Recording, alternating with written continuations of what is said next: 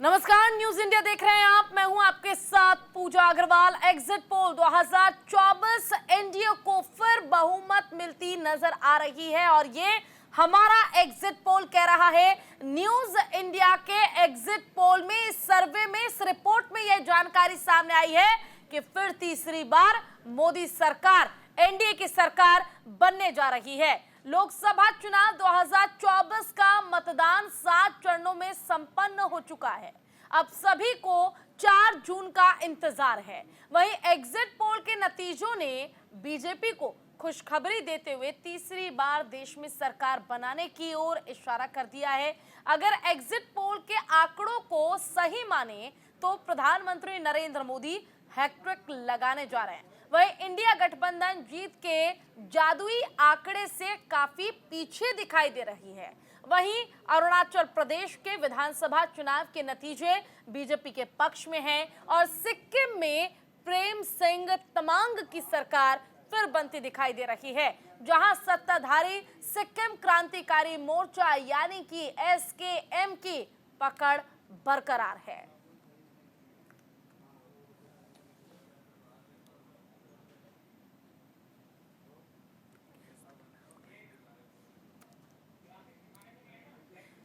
चलिए, तो इस पर चर्चा के लिए हमारे साथ हमारे गेस्ट का पैनल जो है वो जुड़ चुका है, उनका रुख करेंगे और साथ ही चर्चा करेंगे कि आखिर देखिए जो चुनावी परिणाम है 4 जून को जिसका इंतजार है उसमें क्या इस बार देखने को मिलेगा। अनुरुद्ध सिंह हमारे साथ बीजेपी प्रवक्ता हैं, जुड़ गए हैं। आदेश भारद्वाज प्रवक्ता कांग्रेस के जुड़ गए हैं। अजीत यादव प्रवक्ता सपा। राजलक्ष्मी जोशी राजनीतिक विश्लेषक हैं। निरंजन पोद्दार राजनीतिक विश्लेषक हैं। आप चारों का सबसे पहले न्यूज इंडिया पर बहुत बहुत स्वागत है और शुरुआत में आपके साथ करना चाहूंगी अनुरुद्ध सिंह जी। देखिए, खुशखबरी अभी नजर आ रही है। 380 के आंकड़े के साथ एक बार फिर से मोदी सरकार की वापसी एग्जिट पोल में नजर आ रही है। कैसा महसूस हो रहा है? क्या लग रहा है कि वाकई एग्जिट पोल के जो आंकड़े हैं वो सटीक बैठेंगे? देखिए, प्रधानमंत्री जी ने ऑन फ्लोर जो बोला हुआ था कि 400 पार एनडीए और 370 पार भारतीय जनता पार्टी की सरकार बनेगी, वो डेफिनेटली 2014 का भी चुनाव था तो यही कहा गया था, एक लक्ष्य रखा गया था 272 का पार। तब भी विपक्षी नहीं मान रहे थे। 2019 में जब लक्ष्य रखा गया कि 300 पार, तब भी विपक्षी नहीं मान रहे थे। उनको ये लग रहा था बस हम लोग एक स्टोरी बना रहे हैं और कुछ नहीं कर रहे हैं। और ये जो जीत है हम लोगों की, ये मोदी जी के गुड गवर्नेंस की जीत है। महिलाओं के साथ में जो उनका कनेक्ट हुआ है उसकी जीत है। जो हम लोगों ने ऑल इंक्लूसिव ग्रोथ किया है उसकी जीत है। जो मोदी जी का करप्शन फ्री जीरो टॉलरेंस नीतियां हैं उसकी जीत है ये। और डेफिनेटली 400 ये आंकड़ा 380 पे नहीं रुकेगा, ये आंकड़ा 400 के पार और काफी आगे जाएगा। क्योंकि आप देखिए कि चाहे आप ही के सर्वे में, आप साउथ में देख लीजिए, तमिलनाडु देखिए, केरला देखिए, चाहे आप वेस्ट बंगाल देखिए, उड़ीसा देखिए, आंध्र प्रदेश देखिए, हर जगह पे हम लोग, कर्नाटका देखिए, हर जगह पे भारतीय जनता पार्टी मोदी जी के नेतृत्व में क्लीन स्वीप कर रही है। तो ये आंकड़ा 400 पार जाएगा। क्योंकि जब लगभग जो ट्रेंड आता 12 बजे के बाद में, उसके बाद में जिस तरफ ट्रेंड जाता उस तरफ अल्टीमेट बहुत ज्यादा ग्रोथ होती है। हर इलेक्शंस में आप देख लीजिए। और ईवीएम का रोना, डेटा नहीं पूरा अवेलेबल है इसका रोना, और उसके बाद में ये 4 जून की शाम से ये विपक्षी दल अपना शुरू कर देंगे, जिसकी प्रैक्टिस जो है आप ही के चैनल पे इनके प्रवक्ता आके खूब करते हैं। ठीक है, हमारे साथ आदेश भारद्वाज जी भी है। आदेश जी, देखिए, फिलहाल एग्जिट पोल तो कह रहा है कि एनडीए की वापसी होगी, लेकिन इंडिया अलायंस ने भी काफी मेहनत की है और कल मल्लिकार्जुन खड़गे ने भी कहा कि 295 सीट तो हमारी तय है। ये आंकड़ा बढ़ सकता है लेकिन कम किसी भी हालात में नहीं होगा। आपको कितनी उम्मीद है? जादुई आंकड़ा क्या आप टच कर पाएंगे जीत के लिए? क्या इंडिया अलायंस पर भरोसा है जनता का? इंडिया एयरलाइंस के ऊपर पूरे देश का भरोसा है। हिंदुस्तान के नौजवानों का, किसानों का, मजदूरों का, महिलाओं का। जिस तरह से पिछले 10 साल में इस सरकार की गलत नीतियों के कारण चाहे नौजवान है, किसान है, मजदूर है, सब कहीं ना कहीं प्रताड़ित हुए हैं, सबको नुकसान हुआ है। और प्रधानमंत्री जी से या सरकार से जो एक अपेक्षा होती है कि सरकार उनके दुख और तकलीफ को महसूस करके उसके निवारण के लिए कुछ काम करेगी, लेकिन लंबी लंबी बड़ी बड़ी बातें कही गई। एक भी बातें जो लोगों का दर्द और तकलीफ थी वो उसके लिए प्रधानमंत्री जी ने नहीं कही। हम प्रधानमंत्री जी का आदर करते हैं, लेकिन बड़े दुख के साथ कहना पड़ता है कि प्रधानमंत्री जी ने चुनाव के अंदर भी लोगों को डरा के वोट लेने का काम किया। लोगों का दिल जीत के वोट लिया जाता है। प्रधानमंत्री जी ने कहा कि 2 भैंसें होंगी तो एक भैंस छीन लेंगे, 2 मकान होंगे तो एक मकान ले लेंगे, मंगलसूत्र की बात कही, मुद्रा की बात कही। आज तक इतने सालों में इतने प्रधानमंत्री हुए, किसी भी प्रधानमंत्री ने इस तरह की हल्की बातें नहीं की। पहली बारी कहीं न कहीं प्रधानमंत्री जी तमाम उन बातों से भटक गए जो देश के जरूरत मुद्दे थे, देश की जरूरत थी। तो ये तो देश आपके की लिए जरूरत चंद जब प्लस 2-3 पॉइंट होना उद्योगपतियों की तरफ चाहिए ना ध्यान सर। होगा। अगर अगर पीएम मोदी ने अपनी जुबान से कोई ऐसे शब्द निकाले जो कि ठीक नहीं थे, तो लाजमी सी बात है, जनता है, पब्लिक है, सब जानती है, वो भी चीजों को समझती है, तो पब्लिक को समझना चाहिए कि अगर पीएम मोदी गलत बात कर रहे हैं तो इसका फायदा तो इंडिया अलायंस को होना चाहिए ना। कहा कि 295 प्लस तो इंडिया गठबंधन के नेताओं ने चर्चा राज्यवाही आंकलन करने के बाद कि मिनिमम हमारी 295 सीटें आ रही हैं, इसमें प्लस होगा, इससे माइनस नहीं होगा। यही तो हमने चर्चा करके यही तो निष्कर्ष निकाला। लेकिन सच्चाई है कि हम मीडिया में जिस तरह से जो है एक तरफा ये सब करके दिखाया जा रहा है, जिन लोगों ने भी किया है, मैं उनकी मेहनत को दोष नहीं देना चाहता, लेकिन मीडिया तो सर वही दिखा रहा है, मीडिया तो वही दिखा रहा है जो जनता के पास जाकर सर्वे के जरिए हमें मालूम चला। एग्जिट पोल में हम वही दिखा रहे हैं। बिल्कुल, हम किसी पार्टी के लिए ना तो ये एग्जिट पोल दिखा रहे हैं, चाहे ना तो वो बीजेपी हो और ना ही इंडिया अलायंस के लिए, हम वही दिखा रहे हैं जो जनता ने हमें बताया है, जिस तरह हमने सर्वे किया है। खैर, हमारे साथ अजीत यादव जी भी जुड़े हुए हैं, प्रवक्ता हैं सपा के। अजीत जी, दम भरते हैं कि 79 सीटें इस बार जीतेंगे हम उत्तर प्रदेश की, और खुद अखिलेश यादव ये कहते हैं, लेकिन एग्जिट पोल का आंकड़ा बता रहा है कि विधानसभा चुनाव में तो फिर भी साफ हुए थे, 2019 लोकसभा चुनाव में फिर भी साफ हुए थे, लेकिन इस बार सिर्फ 5 सीटें मिलेंगी। 79 सीटों का सपना तो बहुत दूर है अभी।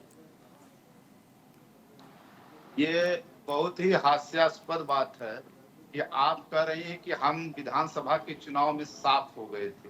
अरे हम समाजवादी पार्टी अपने 111 सीट और गठबंधन में 126 सीट जीती है 2022 में, और लोकसभा 2019 में हमारा जो गठबंधन बसपा के साथ हुआ था, हम 15 सीटें जीते थे। लेकिन उस बार की परिस्थिति और स्थिति कुछ और थी, इस बार की स्थिति और परिस्थिति कुछ और है।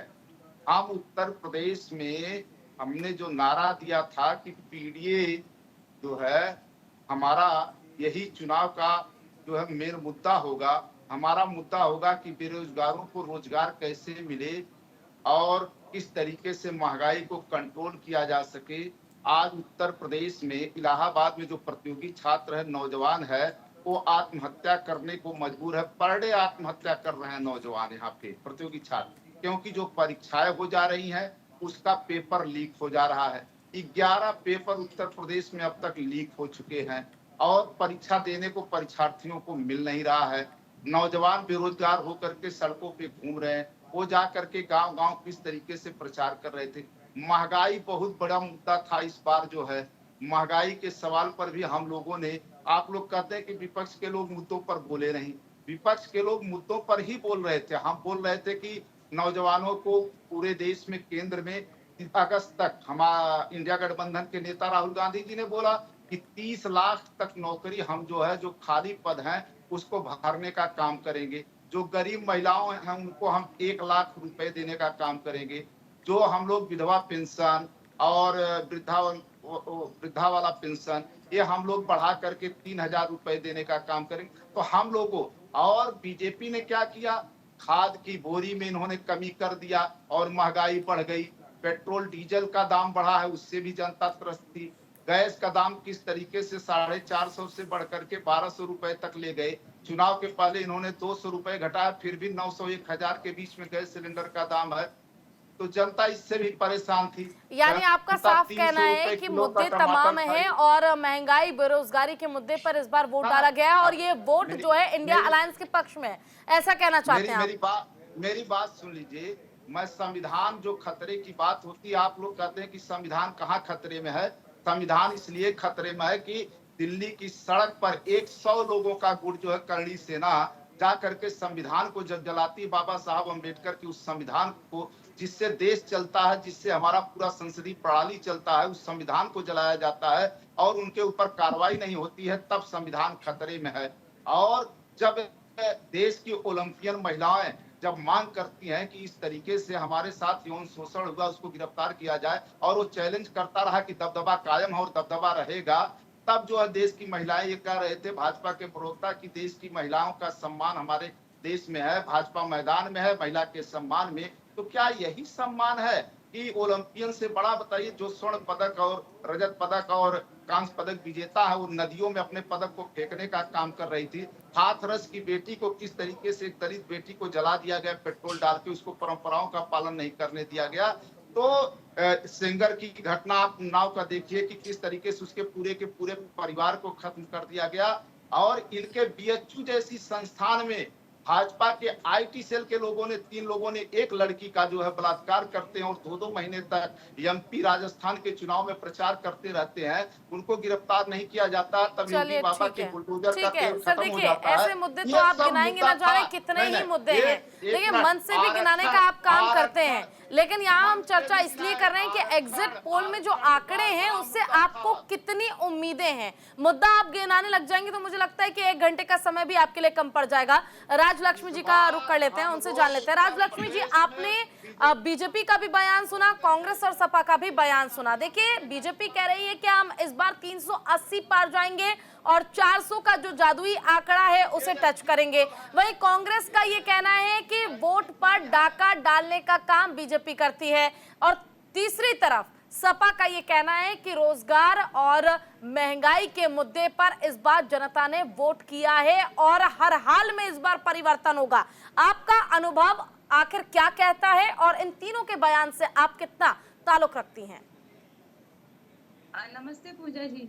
और देखिए, मैंने शायद इस विषय पे पहले भी आपसे इस विषय में चर्चा की हुई है, लेकिन मुझे ऐसा हमेशा लग रहा था जब से इलेक्शन अनाउंस हुआ है और उससे पहले भी कि भाजपा और उनकी जो अलायंस पार्टनर्स है, वो उनकी जो तैयारी है, उनका जो अप्रोच है, वो अलग ही दिशा में है।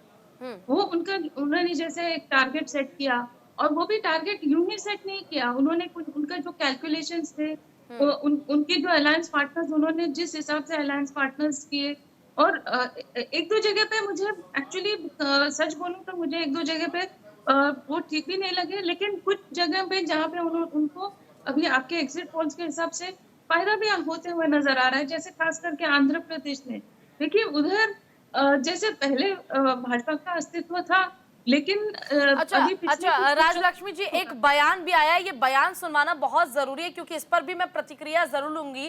देखिए, आम आदमी पार्टी की जो सांसद है संजय सिंह, उनकी ओर से एग्जिट पोल को लेकर एक बयान दिया गया है और संजय सिंह ने कहा है कि जो एग्जिट पोल तैयार हुआ है वो बीजेपी के ऑफिस में हुआ है। जरा एक बार आपको वो बयान सुनवाते हैं, उसके बाद इस पर आपकी प्रतिक्रिया भी लूंगी।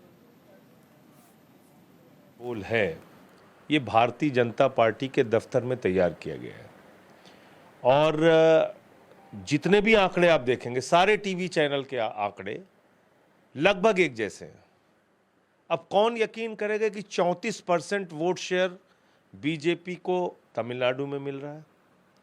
कौन यकीन करेगा कि 0 से 2 सीट आम आदमी पार्टी को पंजाब में आ रही है? मतलब ऐसे आंकड़े आप दे रहे हो जिस पे लोग हंस रहे हैं। इसका मतलब आज आम आदमी पार्टी से सबसे ज्यादा नफरत किसको है? बीजेपी को है। बीजेपी ने अपने दफ्तर में बता दिया, भाई 0 से 2 सीट आएगी आम आदमी पार्टी की पंजाब में, लिख दो। वही एग्जिट पोल वाले लिख दे रहे हैं। तो एक बार फिर से हमारे गेस्ट लगातार जुड़े हुए हैं। राजलक्ष्मी जी, आपने सुना, देखिए मीडिया पर ही सवाल खड़े कर दिए गए हैं। साफ कहा जा रहा है कि मीडिया जो एग्जिट पोल का रिपोर्ट दिखा रही है, ये बीजेपी दफ्तर में बैठकर तैयार किया गया है। क्या ये संभव है? वाकई हास्यास्पद है किस तरह के बयान दिए जाते हैं मीडिया को लेकर भी?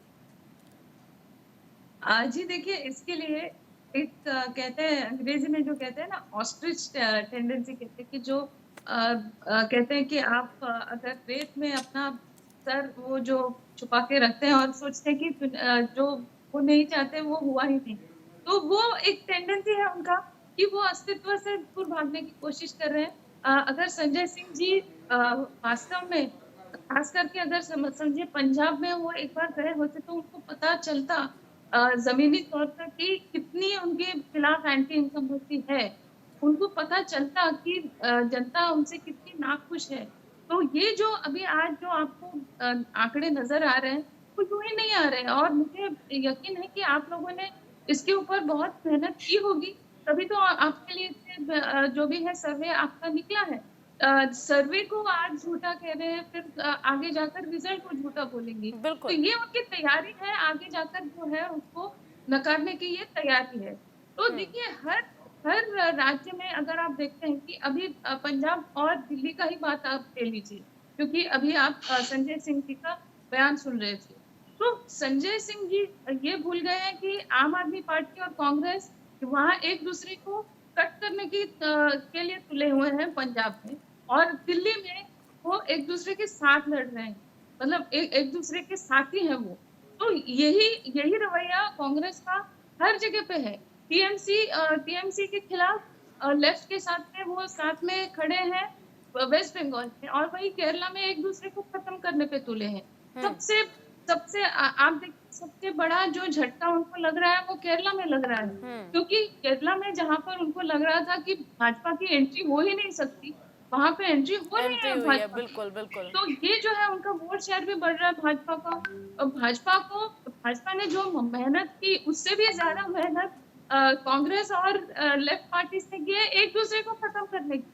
तो ये जो है और ये ऐसी जो टेंडेंसी है हर जगह उनकी अलायंस पार्टनर्स के साथ में, कहीं पे भी उन्होंने सीरियसली ये किया नहीं, अपना अपना अहंकार सामने रखा। ये जो है ये सारे विषयों को यानी कह सकते हैं अपने स्तर पर जो मेहनत होनी चाहिए थी, एकजुटता की, जो सवाल आज न केवल जनता पूछ रही है बल्कि विपक्ष भी पूछ रहा है कि भाई अगर जीत गए तो बाद में क्या होगा, क्या पीएम चेहरे के लिए आपस में लड़ेंगे, ये एक बहुत बड़ा सवाल है। ठीक है, निरंजन पोद्दार जी भी हमारे साथ जुड़े हुए हैं। एक और बात अभी ये जो संख्या बता रहे हैं, जो आंकड़े बता रहे हैं, तो जैसे उन्होंने कह दिया 295 प्लस, तो क्या बेसिस है इसका? वो कुछ कह नहीं रहे। उत्तर प्रदेश में उनको इतनी संख्या कैसे आएगी? तो और अन्य जगहों पर भी ये सब मिलाकर उनको 295 कैसे मिलेंगे?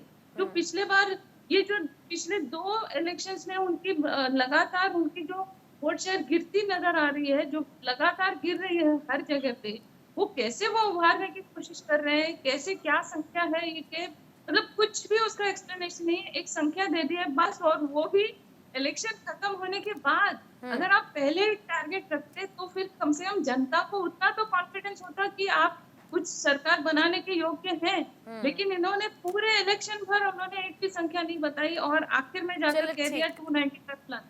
क्या हिसाब से कर रहे हैं कुछ पता नहीं। निरंजन जी आपसे जानना चाहूंगी, देखिए कहा जा रहा था कि नॉर्थ जो रीजन है, ठीक है, हिंदी बेल्ट पे तो बीजेपी स्ट्रांग है ही, लेकिन जो दक्षिण एरिया है वहां पर बीजेपी कुछ नहीं कर पाएगी और उसी के आधार पर इंडिया अलायंस भी जीत का दम भर रही थी।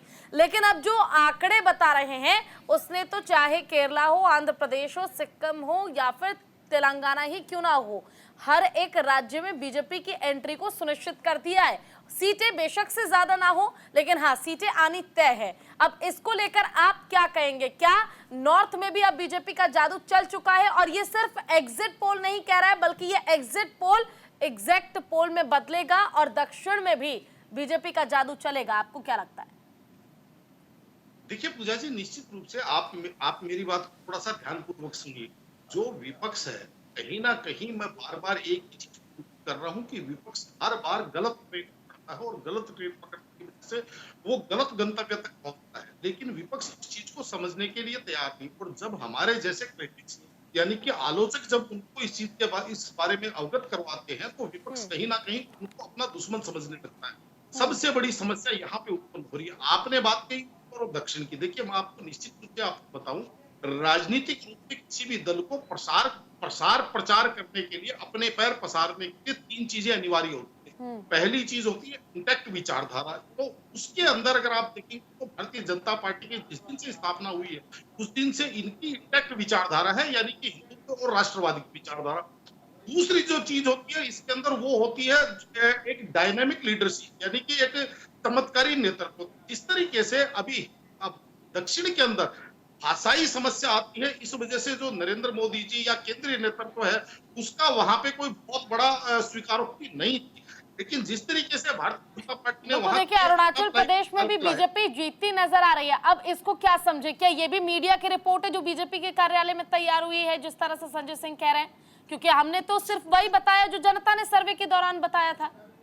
निश्चित रूप से पूजा जी, मैं बार बार यही कह रहा हूँ, आदेश जी से लगातार मेरे हिसाब से कई महीनों से आदेश मेरे साथ कार्यक्रम में है, और मैं बार बार जब आदेश जी की बात कह रहा हूँ, जब ये बोलता हुआ आता हूँ कि भाई भारतीय जनता पार्टी बहुत ज्यादा एज है, भारतीय जनता पार्टी बहुत ज्यादा लीडिंग में है, तो आदेश जी को ऐसा लगता है कि जिसमें भारतीय जनता पार्टी की चाटुकारिता कर रहा है। लेकिन आदेश जी इस चीज को नहीं समझ रहे कि आप विपक्ष की भूमिका निभाइए, सकारात्मक भूमिका निभाइए। तो मैं बात कर रहा था, पहले वो कंप्लीट कर दूं।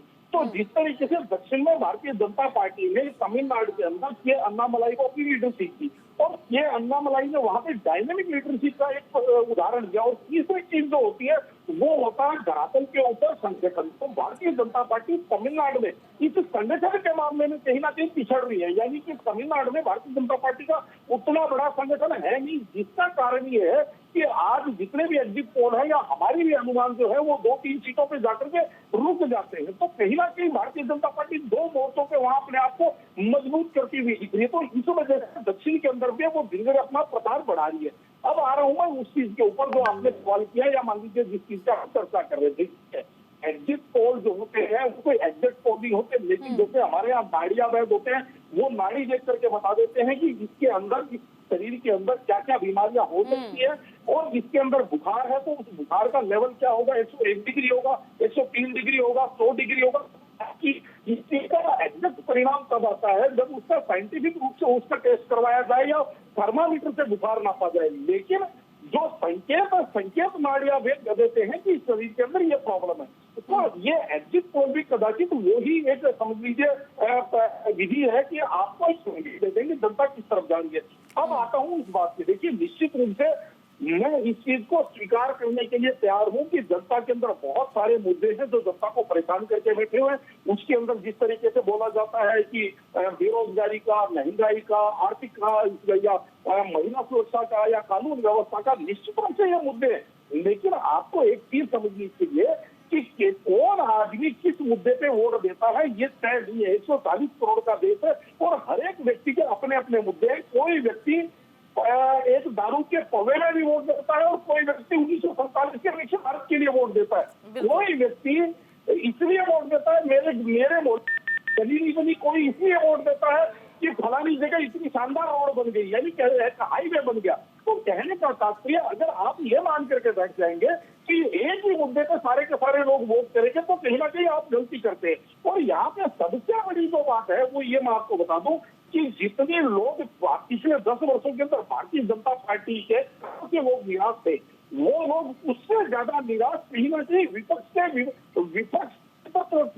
क्यों? क्योंकि विपक्ष जिस तरीके से तर्कहीन बातें, या यूं कहेंगे जिसको कहते हैं कि डबल स्टैंडर्ड या दोहरा मापदंड जिस तरीके से करता हुआ दिखता है, वो इसलिए क्योंकि पूजा जी आपको समझनी पड़ेगी कि आपको अगर किसी चीज की प्रॉब्लम बताते तो आपको उसके साथ सोल्यूशन भी बताना पड़ेगा। आपने ये तो कह दिया कि बिल्कुल। देखिए समस्या के समाधान के साथ ही आप जनता के मन में अपनी एक छाप छोड़ सकते हैं, लेकिन इसके लिए बहुत जरूरी है कि आपके पास मुद्दे ऐसे हो जो जनता को भी महसूस हो कि ये मुद्दे सटीक है और इन पर काम करने की नीयत आप रखते हैं। फिलहाल आप सभी हमारे साथ बने रहिएगा क्योंकि यहाँ वक्त एक छोटे से ब्रेक का है। ब्रेक के बाद हम जल्द लौटेंगे, चर्चा जारी रहेगी, कहीं मत जाइएगा।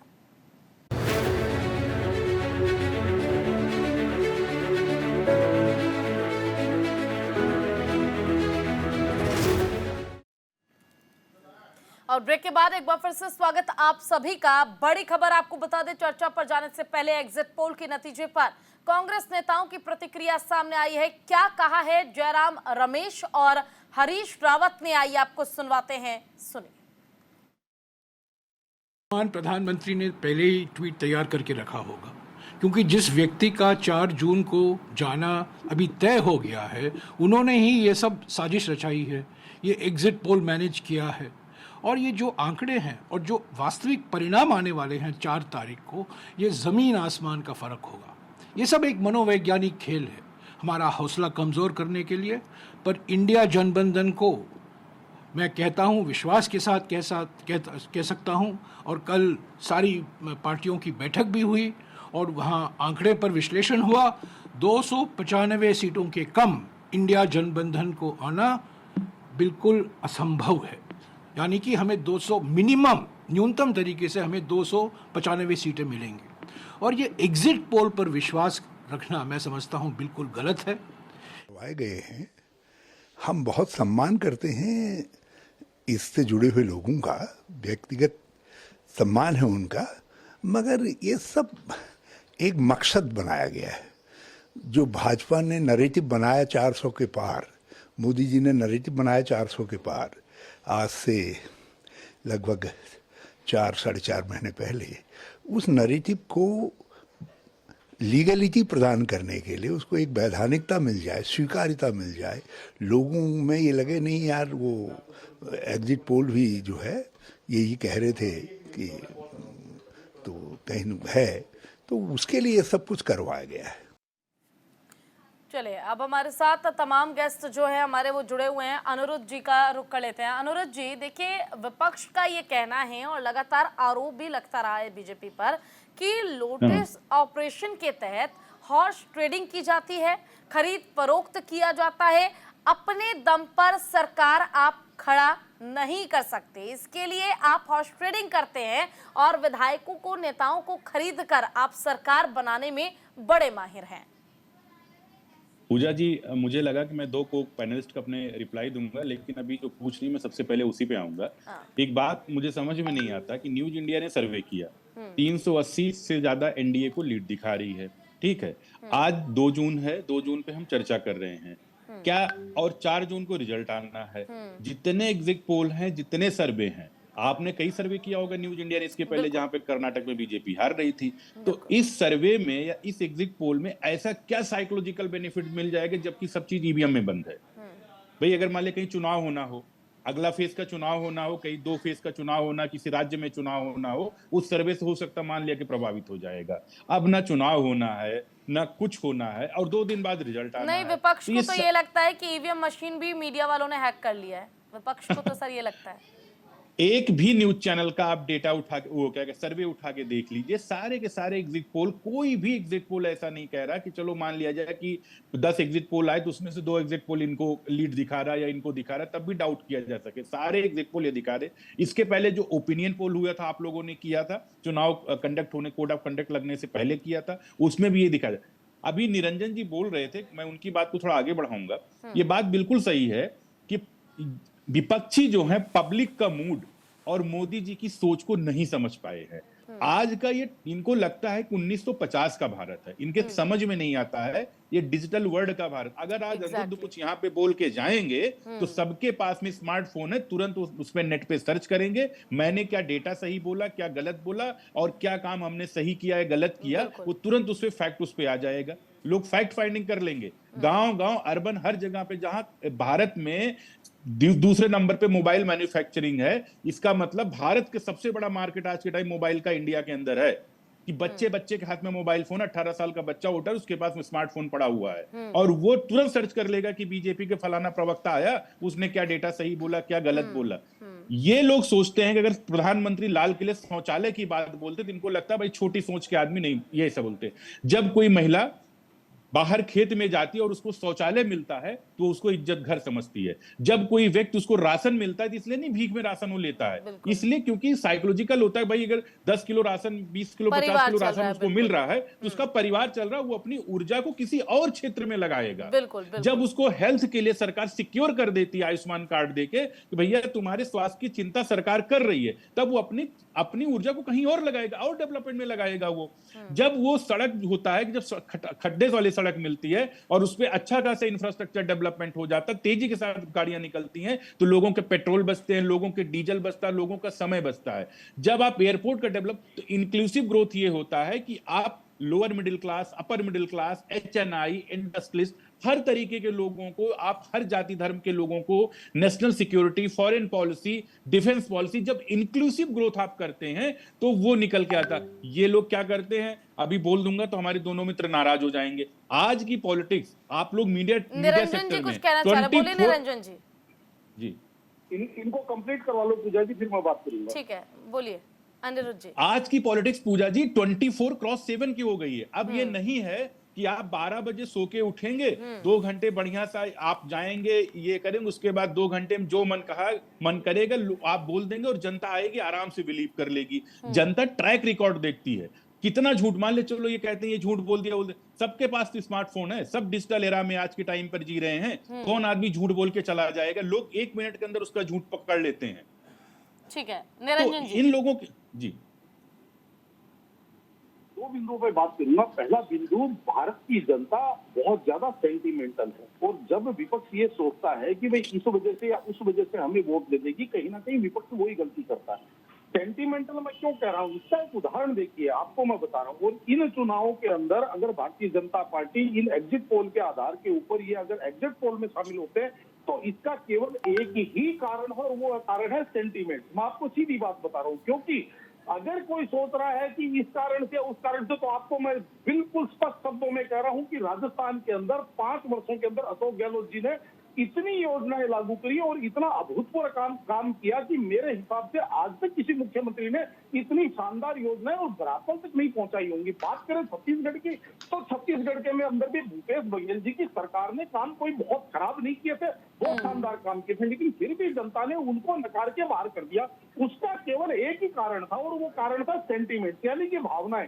कि जिस तरीके से अशोक गहलोत जी भावनाओं को लोगों को आहत करते थे, ये बात मैं क्यों कह रहा हूँ, ये इसलिए कह रहा हूँ कि एक वहां पे घटना घटती है कि एक रोड रेज के अंदर एक व्यक्ति की दुखद मृत्यु हो जाती है या हत्या हो जाती है, तो लेकिन वो जो विक्टिम है वो मुस्लिम समाज से, और अशोक गहलोत जी दूसरे दिन उसके घर जाते हैं, उसको 50 लाख रुपए देते हैं, उसके परिवार में से एक नौकरी देते हैं, और उसके पूरी की पूरी उनको वो करते हैं। लेकिन वैसी ही घटना 2 दिन बाद में फिर होती है, और उस दिन मरने वाला हिंदू होता है, तो वहां पे केवल अशोक गहलोत जी का केवल एक ट्वीट आ जाता है सांत्वना का। तो कहने का तात्पर्य ये है कि जनता इन चीजों को समझती है, इन चीजों को देखती है, और इन चुनावों के अंदर भी आपको मैं बताऊं, जो हिंदुत्व और सांस्कृतिक राष्ट्रवाद का जो एक मूड और सेंटीमेंट जनता का है, उसको विपक्ष अभी नहीं पकड़ पा रहा है। विपक्ष क्या करता है कि 5 साल जनता के भावनाओं से खेलता है, चुनाव के दौरान वो कथित हिंदू या कथित राष्ट्रवादी बन जाता है। यानी निरंजन जी, ये कहा जा सकता है कि अगर धर्म का कार्ड प्ले करता विपक्ष भी, तो शायद हो सकता था कि नेक टू नेक फाइट जरूर होता, लेकिन धर्म का कार्ड प्ले करने के लिए उनके पास भी कुछ पुख्ता होना चाहिए, जैसा बीजेपी के पास है।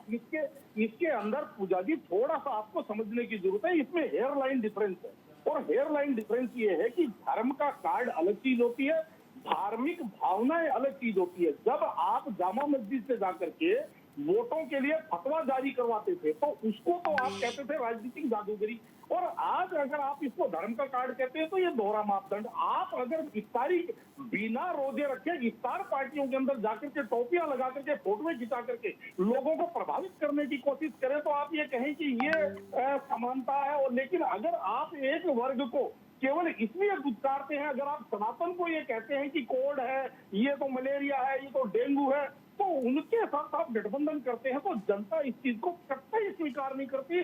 जनता सर्वधर्म समभाव को तो स्वीकार कर सकती है, लेकिन एक धर्म का प्रभाव और दूसरे धर्म का अभाव, इसको कतई स्वीकार नहीं करेगी। आदेश जी बोलना चाहते हैं कुछ, आदेश जी जवाब देंगे, बोलिए आदेश जी।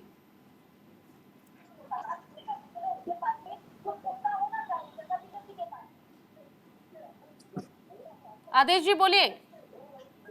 पूजा जी, मेरा सिर्फ ये कहना है कि जो निरंजन जी कह रहे हैं, मैं उस बात से इत्तेफाक नहीं रखता। धर्म भगवान श्री राम के द्वारा बताई हुई बातों का अगर किसी ने अनुसरण किया, तो हमारी कांग्रेस के नेताओं ने क्या, कांग्रेस की पार्टी ने किया। मैं बड़े अदब के साथ आपको बोले आदेश जी बोलिए। आपको मैं बड़े सुन पा अदब रही के हूँ। साथ आपको कहना चाहता हूं कि भगवान श्री राम जब लंका पे विजय करके वापस अयोध्या आए और अयोध्या आने के बाद जब उनका राज पूजा तिलक जी हुआ, सिर्फ 10 सेकंड तो दीजिएगा राज बस। तिलक के उपरांत जब उन्होंने अपने मंत्रियों से मंत्रणा की तो उनके मंत्रियों ने कहा कि महाराज हमारे पास कुछ पैसे की कमी है, लिहाजा हमें कुछ कर लगाना है। तो बहुत सारे मंत्रियों ने कई तरह के सुझाव भगवान श्री राम को दिए, लेकिन एक भी सुझाव भगवान श्री राम ने स्वीकार नहीं किया और उन्होंने कहा कि कर की व्यवस्था ऐसे नहीं जैसे आप लोग बता रहे हैं। कर की व्यवस्था ऐसे होनी चाहिए जैसे सूर्य देवता नदी से, तालाब से, पोखर से, समुद्र से जल लेता है और देने वालों को पता पड़ता है और लेके वापस उन्हीं को लौटा देता है। ये कर की व्यवस्था होनी चाहिए। 70 साल इसी तरह के कर की व्यवस्था अगर भगवान श्री राम के द्वारा बताई हुई और उसका अनुसरण किया तो हमने किया। आज भारतीय जनता पार्टी की सरकार गरीबों की जेबों से ऐसे पैसे निकाल लेती है कि दूध पे, आप आटे ही के पे, सहयोगी दही पे, आदित्य जी, नमक आप पे, ही के सहयोगी अजीत जी भी इसी पर कफन कुछ पे, कहना चाहते कॉपी हैं। पे, किताब पे, तमाम चीजों पे इतना ज्यादा चलिए GST अजीत जी लगा का रखा है भी, जिसका कोई हिसाब नहीं है। पहले उनका लोगों क्या की रुक है, आमदनी उनका कम भी है और उनका भी दूसरा बयान लोगों को सुन लेते हैं। लूट रही है। बोलिए अजीत जी। पिछले अप्रैल के महीने में पूजा जी 2,10,000 करोड़ रुपए इस सरकार ने लोगों की, गरीबों की जेबों से निकाला। अगर इसको गणना कर ले 12 से तो 25 लाख करोड़ रुपए हो जाता है और 25 लाख करोड़ रुपए इतनी बड़ी रकम है। मैं उसका अंदाजा आपको लगाने के लिए बताना चाहता हूँ कि जब देश के अंदर नोटबंदी हुई तो उस नोटबंदी में महीनों महीनों लोगों ने बैंकों की लाइनों में खड़े होकर जो पैसा जमा किया था, जिसमें 100 से ज्यादा लोगों की मृत्यु भी हो गई थी, वो 14 लाख करोड़ रुपया था। कहाँ 14 लाख करोड़ रुपए लोगों की 70 साल की कमाई थी, जो हमारी किसी माँ के आटे के डब्बे में किसी ने 500 का नोट रखा था, किसी ने दाल के डब्बे में 500 का 1000 का नोट रखा था, वो तमाम एक एक पैसा निकल पता नहीं सर आदेश जी, आप तो इतना नुकसान जनता का गिनवा देते ना जाने, ये जनता क्यों नहीं समझ पा रही है कि उनको नुकसान हो रहा है। 10 साल से आप सत्ता से आउट है। जनता अगर इतना ही समझती और इतना ही नुकसान होता जितना दर्द और तकलीफ आपको हो रही है, अगर इतनी तकलीफ जनता को भी होती तो मुझे लगता है सत्ता परिवर्तन जरूर होता। ठीक है अजीत जी बोलिए। अजीत जी, निरंजन जी आऊंगे आपके पास भी, जरा अजीत जी का भी बयान सुन लेते हैं, वो कितना सहयोग करते हैं। ठीक है आदेश जी, ठीक है। पोदार जी ने कहा कि मुद्दों से भटक गए हैं। मैं बड़े अदब के साथ अनिरुद्ध जी को भी कहना चाहता हूं कि CSDS का सर्वे था, उन्होंने कहा था कि 27% लोग महंगाई से त्रस्त हैं, 26% लोग, तो दिक्कत है ना आदेश जी, दर्द आपको हो रहा है, जनता को अपना दर्द, अपनी तकलीफ जनता को समझ में ही नहीं आ रही है। पार्टियों को खूब समझ आ रही है लेकिन जनता नहीं समझ पा रही है। ठीक है आदेश जी, हो गया। अजीत जी बोलिए। अजीत जी, क्या आपको मेरी आवाज मिल रही है? हाँ बोलिए, मिल रही है। बोलिए आप क्या बोलना चाहते हैं? निरंजन जी कह रहे थे कि नाड़ी पकड़ के पैर बता देता है कि कितना बुखार टेम्परेचर है। निरंजन जी ये भी जानते हैं कि नीम हकीम जान के खतरे। और भाजपा के प्रवक्ता जी कह रहे थे कि 1950 का भारत नहीं है। शांत रहिए, 1 मिनट साथी, शांत रहिए। 1950 का भारत नहीं, ये सही बात है। 1950-51 के बाद जो आम चुनाव हुए जो है, उस समय के प्रधानमंत्री झूठ नहीं बोलते थे कि हम 2 करोड़ रोजगार देंगे प्रति वर्ष, और झूठ बोल करके उसको कह देंगे कि ये जुमला है। और उस समय के प्रधानमंत्री ये नहीं देते थे कि काला धन वापस लाएंगे तो 15 लाख पर व्यक्ति के खाते में जाएगा। निरंजन जी, उस समय के प्रधानमंत्री ये नहीं बोलते थे मुजरा की बात। उस समय के प्रधानमंत्री ये नहीं बोलते थे कि एक भैंस अगर 2 भैंस है किसी के पास तो एक भैंस दूसरे को दे दी जाएगी। जिनकी आबादी ज्यादा है उनको गहने दे दिए जाएंगे, सोना और संपत्ति जब्त करके दे दी जाएगी। उस समय के प्रधानमंत्री ये बात नहीं बोलते थे। आज जिस तरीके से आज झूठ बोला जा रहा है कोरोना में, नहीं 1 मिनट हमारी बात, आप उनको ज्यादा मौका देंगे, हमको बोलने लगेंगे। चलिए बोलिए सर, बोलिए। तो सर आप आज की बात कीजिए ना, आप आज की बात कीजिए, समय है हमारे पास, समय जाया नहीं होना चाहिए। निरंजन जी कह रहे थे कि हम लोग समझाने में नाकाम हो जा रहे हैं। उसी तरीके से जिस तरीके से कहा जाता है, एक प्रचार आता है कि लाइफ वह है जहाँ तंदुरुस्ती है, वहाँ कीटाणुओं की मारने की सबसे अच्छी जो है साबुन है लाइफ बॉय। तो आप बताइए क्या इस देश के जो सारे चर्म रोग के डॉक्टर खत्म हो गए, कीटाणु मर गया? तो देश के प्रधानमंत्री झूठ बोल करके जनता को बरगला जलाने में सफल हो जा रहा है, ये सच है, मैं मान लेता हूँ। लेकिन इतना जान लीजिए कि इस बार 2024 में सत्ता परिवर्तन होने जा रहा है। और जो एग्जिट पोल आया, निरंजन जी आप कह रहे हैं कि नाड़ी का वैध बता देगा, इस बार नाड़ी का वैध जो जनता है, इस बार जो वैध के रूप में काम कर रही है, इंडिया गठबंधन को जिताने जा रही है और सरकार बनाने जा रही है। अच्छी बात है अजीत जी, ये कॉन्फिडेंस जरूर होना चाहिए कि इस बार परिवर्तन होगा। 10 सेकंड का समय अनुरोध जी ने मांगा था, उन्हें भी जरा 10 सेकंड का समय चाहिए। इस तरीके से झूठ नहीं बोलते थे, 2 करोड़ का जुमला नहीं बोलते अजीत जी। थे, महिलाओं को स्वर्ण पदक विजेताओं को ठीक है, बीजेपी झूठ बोलती है, बीजेपी झूठों की पार्टी है, ठीक है, ये काम नहीं करते थे उस समय के प्रधानमंत्री। विपक्ष के नेताओं की भी इज्जत करते थे। आज तो किसान मर गए। निरंजन जी एक बार नहीं पूछेंगे कि प्रधानमंत्री जी, निरंजन जी से आपके सवाल का जवाब जरूर दिलवाऊंगी, लेकिन अब आप शांत हो जाइए। अनुरोध जी बोलिए, अब आप जी। पूजा जी, आदेश जी ने अभी कहा कि रामचंद्र जी के रामचरितमानस के श्लोक का एक चौपाई का उन्होंने उद्धरण यहाँ पे किया।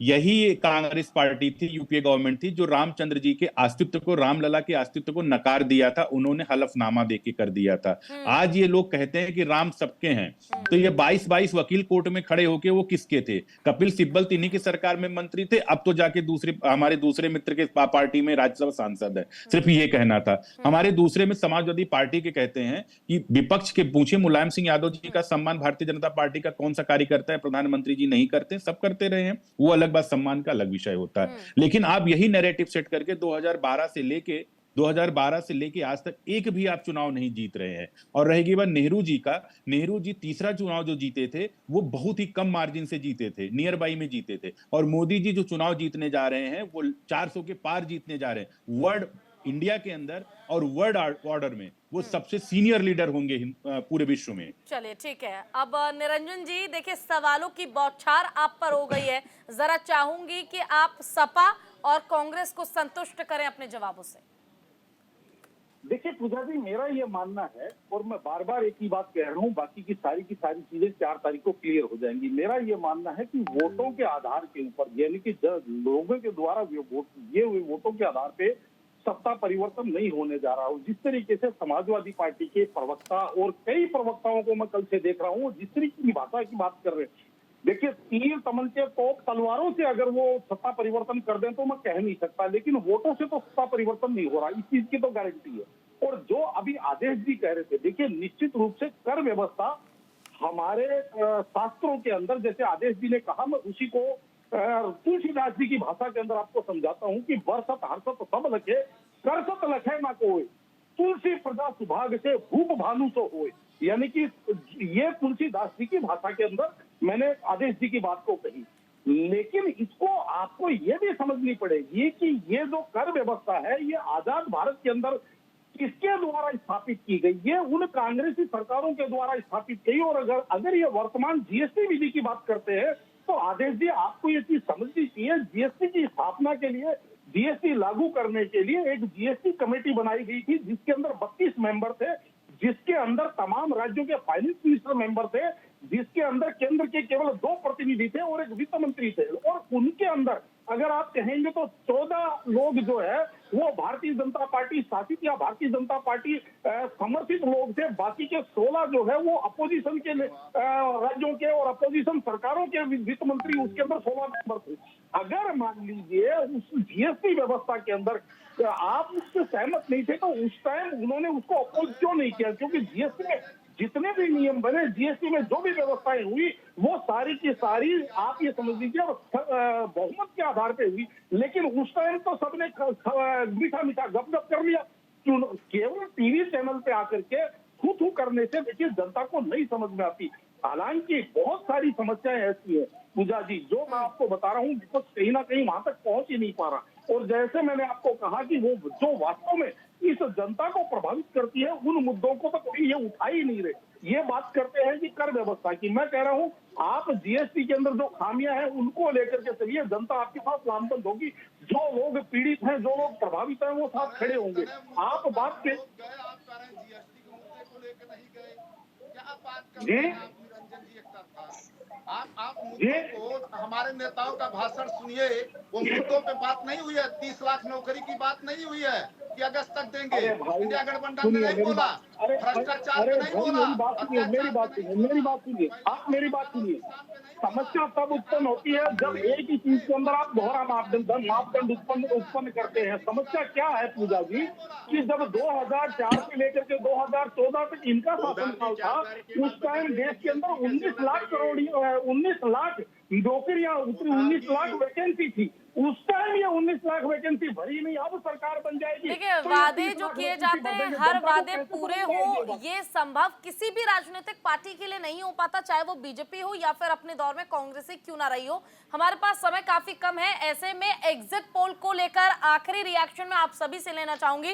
राजलक्ष्मी जी, एक तरफ मुद्दा जो है वो अब ये बन चुका है कि मोदी वर्सेस मुद्दा, एनडीए वर्सेस इंडिया अलायंस, और जीत के घेरे में एनडीए नजर आ रही है। आपको क्या लगता है, क्या ये एग्जिट पोल पर आप सहमत हैं? जी बिल्कुल, और मुझे तो ऐसा नजर आ रहा है कि इससे भी अच्छा परफॉर्मेंस होगा, जो जैसे आपके जो आंकड़े बता रहे हैं उससे अच्छा परफॉर्मेंस होगा, ऐसा मुझे नजर आ रहा है। क्योंकि जैसे मैंने कहा कि उसके पीछे की जो कैलकुलेशंस है, सेंटिमेंट्स और वो सब तो है ही। उसके विषय में देखिए, प्रधानमंत्री जी जो कनेक्ट करते हैं लोगों के साथ में, उनके जो विषय है, उनको जो जिस तरीके से वो समझते हैं और जिस तरीके से वो कनेक्ट करते हैं, वो अलग ही है। और उसका एक कारण भी है कि उन्होंने 20 वर्ष उसमें ही लगाया है कि पूरे देश भर में वो घूमे हैं, और उन्होंने हर एक राज्य से, हर एक प्रांत से उन्होंने कनेक्ट किया हुआ है। तो उनके लिए ये कठिन नहीं है। उनके लिए अभी एक यात्रा करने की जरूरत नहीं है। और वो यात्रा में भी जो भारत जोड़ो यात्रा और भारत न्याय यात्रा जो था, उसमें भी उसका एक्चुअली वैसे देखा जाए तो उन्होंने ठीक तरीके से उसका कुछ फायदा लिया नहीं। जो मुद्दे उन्होंने उठाने चाहिए थे और जिस तरीके से उठाने चाहिए थे, उन्होंने किया नहीं। ठीक है, वो शुरू से अनुरूप जी, लेकर आपको क्या लगता है 400 का जो आंकड़ा तय किया गया है बीजेपी की ओर से? देखिए, एग्जिट पोल तो जो बता रहे हैं वो 380 का आंकड़ा है, हो सकता है इससे ज्यादा भी हो, लेकिन क्या 400 की लाइन को आप टच कर पाएंगे? भरोसा? पूजा जी डेफिनेटली हम लोग 400 को पार करेंगे। मैं लाइटर नोट पे कहना चाहूंगा, मैं दूसरे चैनल का नाम यहाँ नहीं लेना चाहूंगा, लेकिन कांग्रेस के एक बड़े नेता का एक चैनल है जो कि हमको 400 पार दिखा रहा है। तो कौन सा आंकड़ा क्या कहते हैं, भाजपा कार्यालय बना, वो तो कांग्रेस कार्यालय बना होगा ना। तो हर जगह तो हम 400 पार आ रहे हैं। चले आदेश जी, 295 तो मल्लिकार्जुन खड़गे ने तय किया है, 295 के पार पहुंच पाएगा इंडिया अलायंस? उम्मीद पूरी, जीत तय है? पूजा जी, जो देश में 4 बजे उठते हैं नौजवान, 20-20 किलोमीटर सैर करते हैं, उनके सपनों को साकार करेंगे। 73 साल की उम्र में प्रधानमंत्री जी को एक अवसर चाहिए, लेकिन 22 साल के नौजवान को घर बैठा देंगे। ये अवसर समाप्त करेंगे, जो है देश को फिर उन्नति और तरक्की के रास्ते पे लाएंगे। भगवान राम के दिखाई हुई बातों का अनुसरण करके इस काला बाजारी से लोगों को बचाएंगे। कॉपी किताब दूध दही इनको फिर से जीएसटी से फ्री करेंगे, ताकि लोग स्वस्थ रह सके, देश का जवान स्वस्थ रह सके। इस तरह के भारत का निर्माण करेंगे।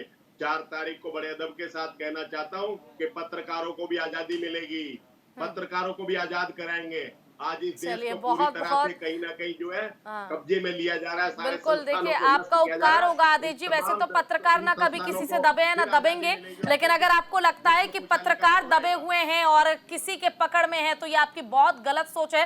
खैर, निरंजन जी आपकी ओर रुख करना चाहूंगी, आपसे जानना चाहूंगी कि क्या ये जो जीत एग्जिट पोल बता रहे हैं ये मोदी की गारंटी का प्रभाव है या फिर विपक्ष के पास मुद्दों का अभाव है और इसी का फायदा बीजेपी को मिलने वाला है?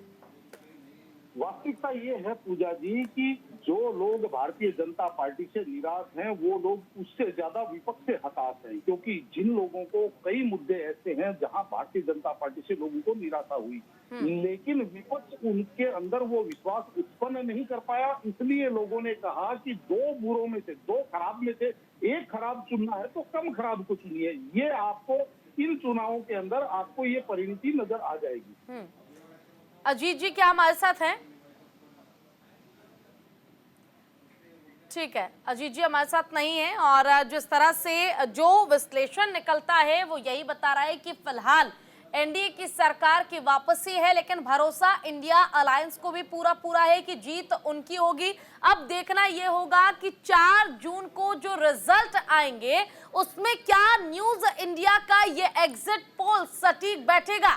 क्या न्यूज इंडिया ने जो अपने एग्जिट पोल से परिणाम बताया है, जिसमें 380 सीट के साथ एनडीए की जीत हो रही है, क्या वो परिणाम बिल्कुल सटीक होंगे? और अगर सटीक होता है तो विपक्ष के पास क्या जवाब होगा जो जीत का दम भर रही है, या फिर इंडिया अलायंस की अगर जीत होती है तो भारतीय जनता पार्टी कैसे इस फेज का सामना करेगी, ये देखने वाली बात होगी। फिलहाल आप सभी का बहुत बहुत शुक्रिया कि आपने अपना कीमती समय हमें दिया और हमारे साथ जुड़े।